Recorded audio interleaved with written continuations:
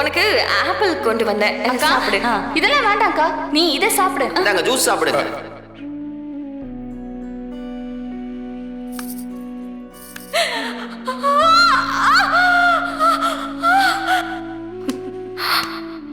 என் மேல சத்தியம், நான் அவளை ஒண்ணும் செய்ய மாட்டேன்.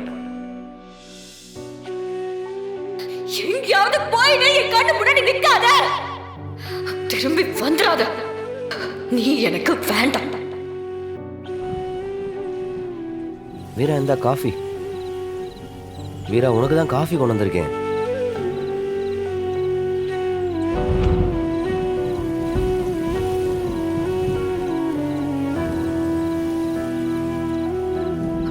உன்னாலதானே எனக்கு இந்த வலியே. எல்லா வலியையும் கொடுத்துட்டு எதுவுமே நடக்காத மாதிரி இருக்கல, அது எப்படி உன்னால முடியுது?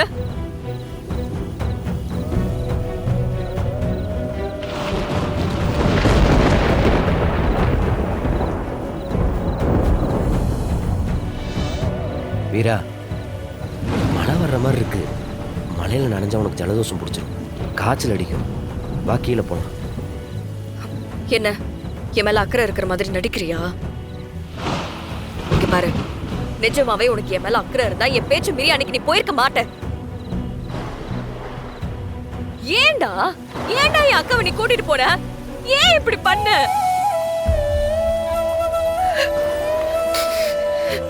வீரா, உள்ள பெத்த பச்சை உடம்புக்காரிய நான் ஏன் வெளியே கூட்டு போகணும்னு நினைப்பேன்.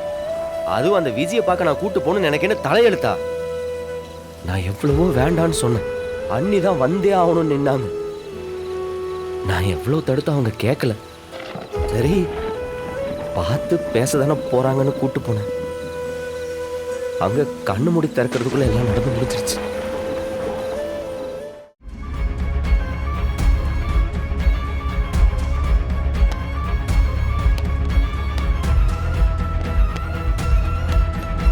சமைச்சு வச்சது அப்படியே இருக்கு, யாருமே சாப்பிடலையே.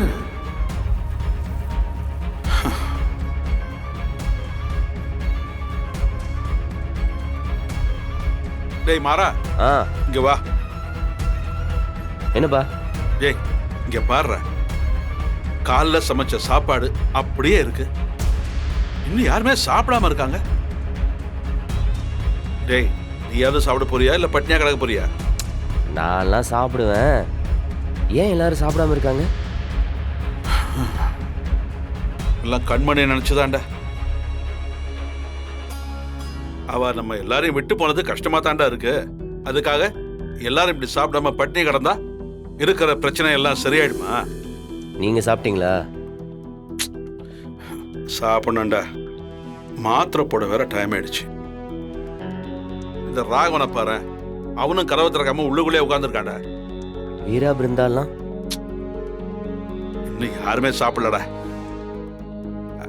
அவங்களெல்லாம் விடுற. கனி சின்ன பொண்ணு தானே, இவங்களோட சேர்ந்து கனியும் பட்டி கிடக்குறாட. என்ன சொல்றீங்க? கனி சாப்பிடலையா? ஆமாண்டா, இவங்கெல்லாம் சோகமா இருக்கிறத பார்த்துட்டு அவளும் அவங்க கூட சேர்ந்து சோகமா உட்காந்துருக்காடா. அவ குழந்தை தானே, நம்ம கஷ்டம் அவளுக்கு தெரியாம பாத்துக்கணும்ல. சரி விடுங்க, நீங்க வாங்க சாப்பிடுங்க. சாப்பிட்டு மாத்திரையை போடுங்க. வாங்க, பிள்ளைக்கு ஊசி போடணும், சாப்பிடாம வச்சிருக்காங்க. நீங்க வாங்க, உட்காருங்க.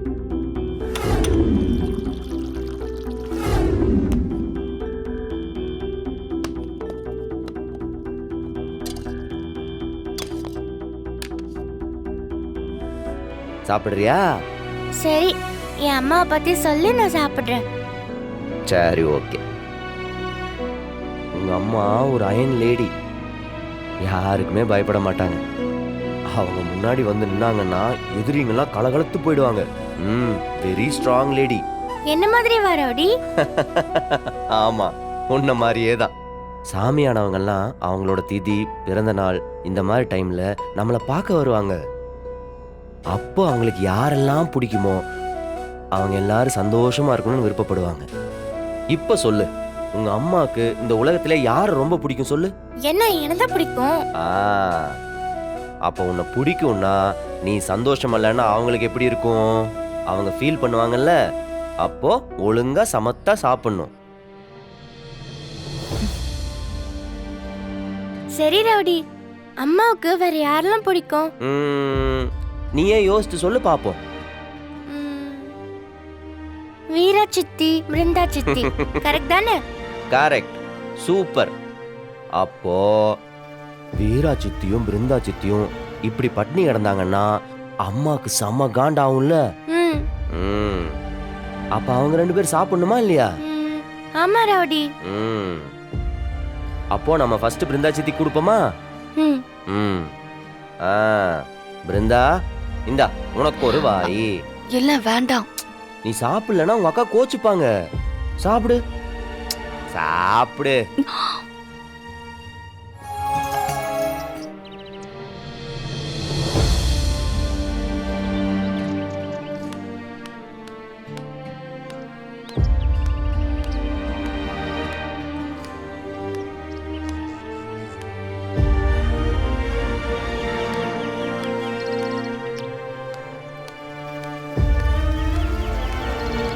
டேய் எந்திரி, வா, அன்னைக்கு திதி கொடுக்கணும்.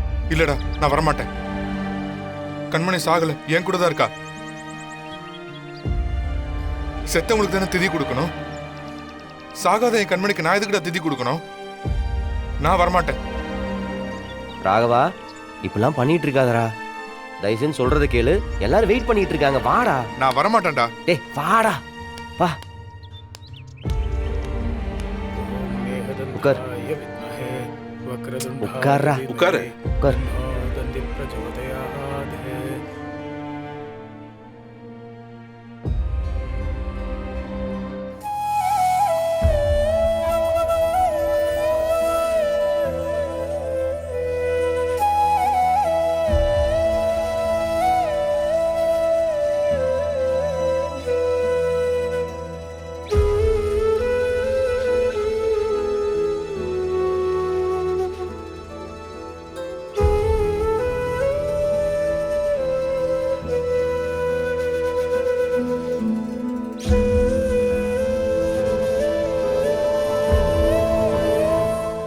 அழாதீங்க. உங்க மனைவி உங்களை விட்டு எங்கேயும் போகல. சாமியா உங்க கூடவே தான் இருக்காங்க.